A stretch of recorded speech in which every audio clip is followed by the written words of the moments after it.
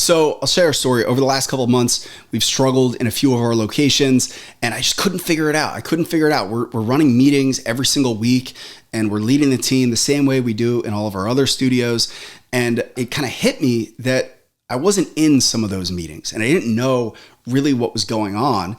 And so what I did was I started auditing a lot of the meetings that were happening with some of our locations. And I realized we weren't following the meeting structure and cadence that has proved to be so valuable and important to our growth.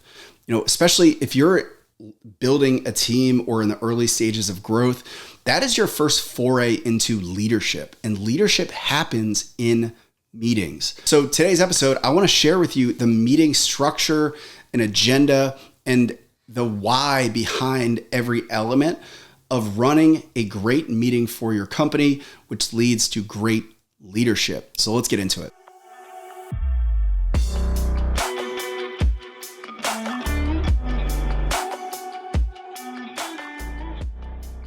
So first and foremost, we are an EOS company. So what that means is we run on what the entrepreneurial operating system as outlined in Gino Wickman's book, Traction.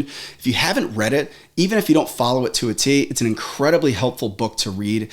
But we have seen a huge benefit from working with the EOS model, in a very disciplined fashion. We've worked with implementers. If you're looking to use an implementer, I can refer you one of the best in the world. At EOS Implementation. But a big part of that model is how you run your leadership team meetings. They call it a level 10 meeting because you rank it at the end of the meeting and you're supposed to score a level 10. But I'm going to walk you through the agenda of a typical level 10 meeting. And I'm also going to explain every element of that agenda and how we really, go all in on it and get the most juice out of it. And finally, I'm going to give you a tool that we've used that has completely changed the way we run meetings across my team. Because again, especially in the fitness industry, we're not dealing typically with true industry professionals.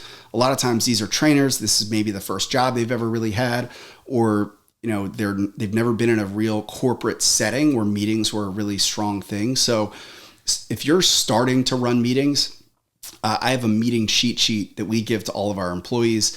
They use as a reference for every stage of the meeting to know how they should be prepared for it and what they should be doing. It's been incredibly effective. And if you go to littlejimbighart.com, you can download our level 10 meeting cheat sheet that has been incredibly impactful for my company. So the level 10 meeting, there's a series of agendas. I encourage you to be very disciplined in running through the whole agenda, and I'll explain why as we go through. So the first part is what they call the segue, or just good news. So you open the meeting with a positive focus. What is the best personal and the best professional thing that is going on in your life, at the current moment? You go around the table. This typically takes less than 5 minutes. And you want to be disciplined about that time. If you've got somebody that goes on tangents or rambles, just make sure they know there's a timer going and you can cut them off. Now, one little tweak to this that I've added is I call it a one-word opener. So if you summed up everything going on in your life into one word, what would that word be? That speeds up that kind of positive focus a little bit more. It also gives me a chance to keep a pulse on how my team is doing. So when we track, when we take notes of these meetings, I always track if their one-word opener was positive, negative, or neutral.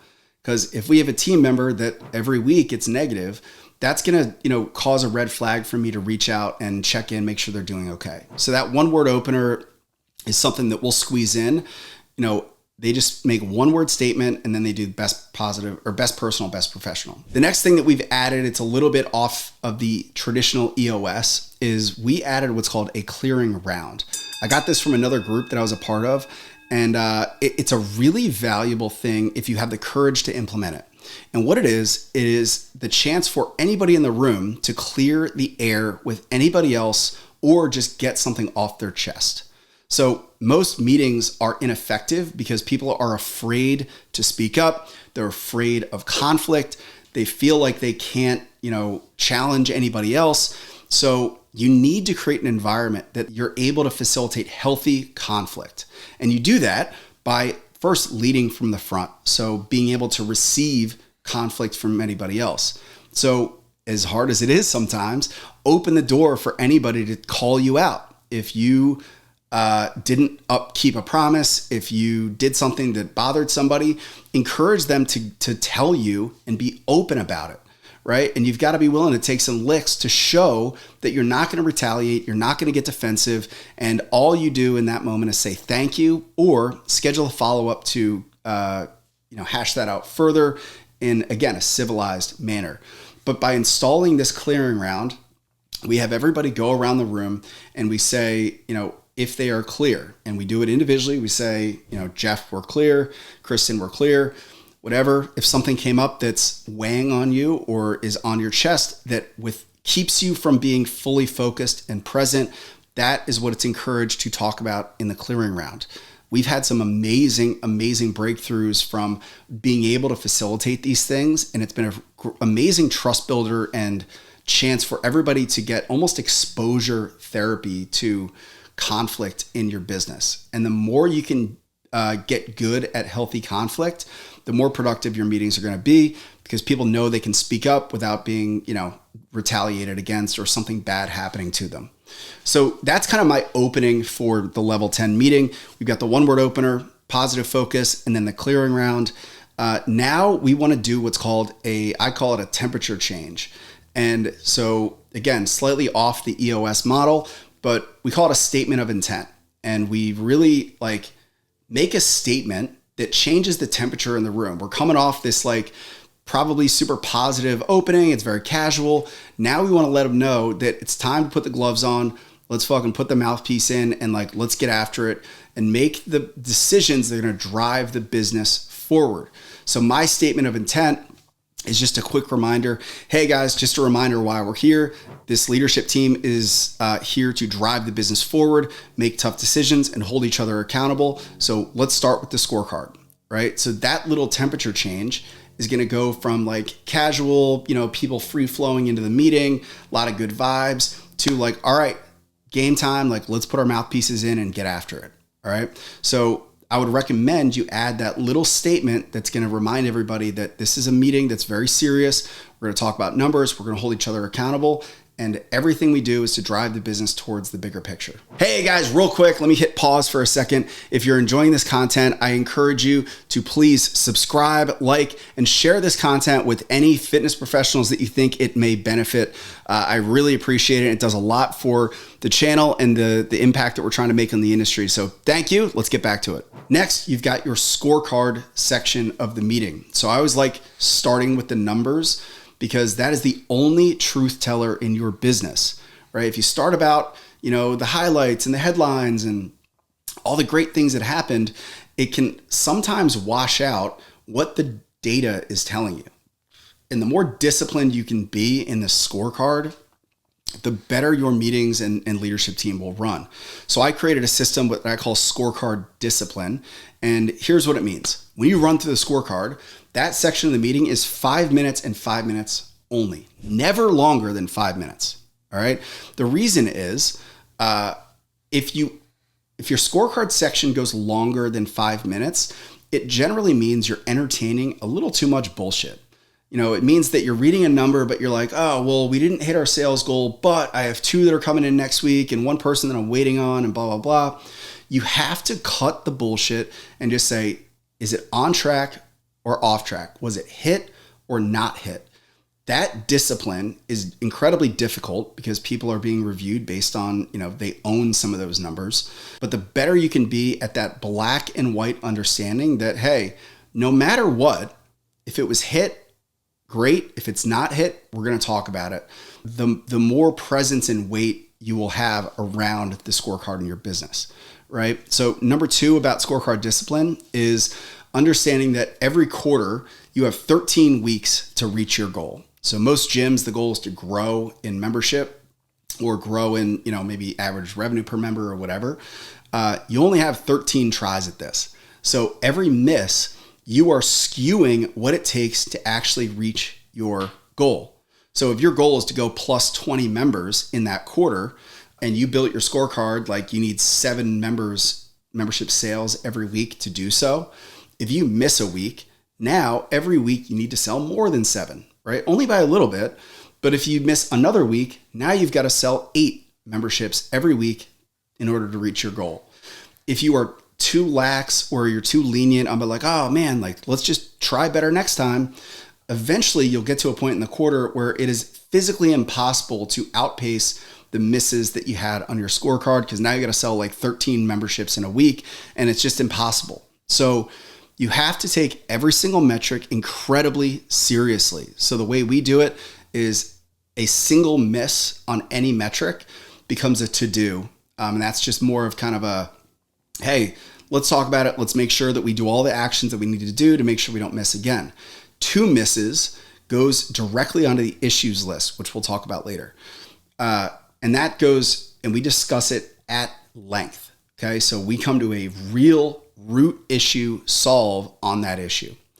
The 3rd miss is where we have a one-on-one coaching meeting with the individual that owns that metric. And we say, hey, this is getting really serious now, because now we're really unlikely to hit our big picture goal. Let's talk about, what resources that you might need, or what, you might need from us from a leadership and management standpoint to succeed in this role. Now, 4 misses, now we're getting at the point where it's very unlikely that we're going to hit our growth goal. And 4 misses is a true like performance improvement conversation. We do in EOS, they call it GWC. Do you get the job? Do you want the job? And do you have the capacity to do it? It's usually a 1-hour conversation where we have like a very serious, kind of this is shit or get off the pot stuff if you miss 4 times in a quarter. Now, number 5, if you miss 5 times in a quarter with a metric that you own and you have full control over, a lot of people think that's time to fire an employee, but I don't believe that. So I believe in what's called lifetime employment. I believe that performance alone will never get you fired from a job. Only behavioral issues will get you removed from a job. So what that means is if 5 misses happen on the scorecard, the manager goes on the issues list, because it's clear that the manager or leader, and sometimes that includes myself, are the problem, because they're either keeping somebody in a position that they're not fit for and they don't GWC, or they're not leading and managing them appropriately or effectively. So the manager then goes on the issues list to discuss what we have to do about this manager, because their direct reports are not getting the results they need to, and that all trickles down. So that's kind of how you handle the scorecard. You take every metric very seriously. You go through it with a black and white lens, done or not done, and you keep that section within 5 minutes. Otherwise, you're entertaining a bunch of justification and bullshit about why the numbers weren't hit. So that's the scorecard section. You can check that box. Up next, we talk about last week's to-dos. All right. So every week we make commitments and to-dos that are due typically the following week, maybe 2 weeks in advance. And we talk about what got done or not done last week. So if I had to, do 3 things that I made a commitment to, I have to report on if they were done or not done. Similar to the scorecard, this never goes longer than 5 minutes. We don't care about the justification. I just want to know if it was done or not done. If there is some longer story or some justification, put that on the issues list to talk about later. The important thing about to-dos, and most people miss this, is tracking the effectiveness of each individual. So we actually have a tracking sheet where if my team misses less than 80% of to-do completion, or if they don't complete 80% of to-dos, that is a team effectiveness problem. We don't have an effective or reliable team if less than 80% of our commitments are not getting committed to. Now, on an individual level, we have the same thing. If one person comes to a meeting every week and they do, 1 out of 2 things or 3 out of 4 things, that is not okay. We track the individual effectiveness where we have a running record of, if you were given 5 to-dos, we want to see an 80% completion rate over the course of a quarter. So it is important to have somebody scribing and taking notes on that meeting, because a lot of little things you forget about. It's like all these little to-dos that you don't do week after week are very inconsequential, but in the big picture, it shows that a person is not reliable, and that erodes trust across your team. So you want to track the person's to-do completion percentage on an individual level as well as on a team level. All right, that's very important. Next, we talk about headlines. So headlines are just what's front page news, what's important that's going on in the business, what's the biggest thing that happened over the course of the last week. The most important thing here is that people are prepared and bring stuff. If they're not prepared, a lot of times they just think of something on the top of their head and it's kind of a waste of everybody's time. So making sure all of your team members are prepared with a headline. Number two is that you want to use your headlines, right? We want to turn this into actionable information. So if you say, oh my God, we had one client that hit their 50-pound weight loss goal, that's a great headline. Let's use that for marketing material or to collect a testimonial. So then you would make a to-do out of that headline to follow up on and get a testimonial from, right? If there's a new staff member or somebody, it's like, hey, this person did something phenomenal on the team. I just thought it was really amazing and they're a new employee. That should lead to a to-do to highlight or reach out personally to that employee and say, hey, we were talking about you in our leadership meeting. We thought you're doing amazing. I just wanted to tell you, right? So the goal is headlines are not just talked about and like shared. You want to turn them into actionable actions that you can take and grow your business with. The next part of this meeting is the rocks section. So rocks is a term for just the biggest objectives of the business, the biggest goals that you have. There's this, story. I'm not going to go into it, why they call it rocks. It just means the biggest, most important things in your business. Very similar to a lot of other sections. 5 minutes, no more, done, or on track or off track. And that's it. If something's off track, you can talk about it on the issues list, or it's just you haven't gotten it to. And if it's on track, that's great. If you need support, you can talk about putting those on the issues list as well. But what's important to track there is track if somebody is off track for the majority of the quarter and they don't hit their rock or the big initiative, you want to know that. And you want to be able to track that data over the course of a year so that as a leader, you can start to get ahead of that. If you have an employee that tends to procrastinate, you want to get ahead of that. And the next quarter say, hey, I know you're off track. You haven't started this thing yet. Last quarter, you put it off to the last week and it didn't happen. So how about we work on this now? So you need that data in order to do that effectively. Now, the last section of the level 10 meeting is the most important and the most time commitment is the IDS. It's the issues list where you identify, you discuss, and most importantly, you come to a solve. So I'll give you a really simple framework that my implementer taught me. Every issue, you go through the 4 W's, and it's called the who, what. So for every issue that's brought, you say, who is bringing the issue? Who owns this issue? So meaning who is accountable to this issue? If it's a sales metric, the salesperson's accountable. What is the proposed solution? And what do you need from the leadership team? So let's say we miss our sales metric and the issue goes in the issues list because it was a missed metric. We talk about it. The issue would be proposed, and this is the discipline in starting the issues list like this. You would propose it as this. All right, I am bringing the issue because I'm leading this meeting. Who is responsible? It is our salesperson, or who is accountable. What is the proposed solution? And maybe I tee it up and say, I propose that we come to create a system for lead follow-up that is going to lead to more sales. And then what do you need from the leadership team is you open it up to I just want agreement on what we can all commit to get the most out of our sales system. So that's how you bring up the issue. And then the whole team, comes to a solve. And the key is to get to the root of the issue. So go as deep as you can about systems and processes that are not being followed and just get as deep as you can on that. The last thing you do here is next steps in your meeting. So after all that, after you commit to your IDS, which is about an hour long, the whole meeting structure is 90 minutes. Your IDS should be an hour long. The next steps is where you take all the to-dos, all the solves, all the messages that you need to share, and you just run through and get a double commitment. So if people committed to something, just say, hey, you said you were going to get this done this week. Are you sure you're able to do that? Or is that going to, do you have enough bandwidth for that? And then you conclude where you rate the meeting. So the meeting rating is 1 through 10. We've simplified it as, was everybody prepared? Were they focused? Are they clear and are they committed? Clear just means are all the to-dos very, very clear and smart and actionable?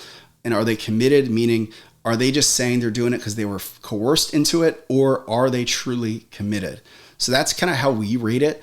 The goal is a level 10, but if you put all those pieces together and you follow that blueprint for a level 10 meeting, your meeting effectiveness and leadership ability is going to go through the roof.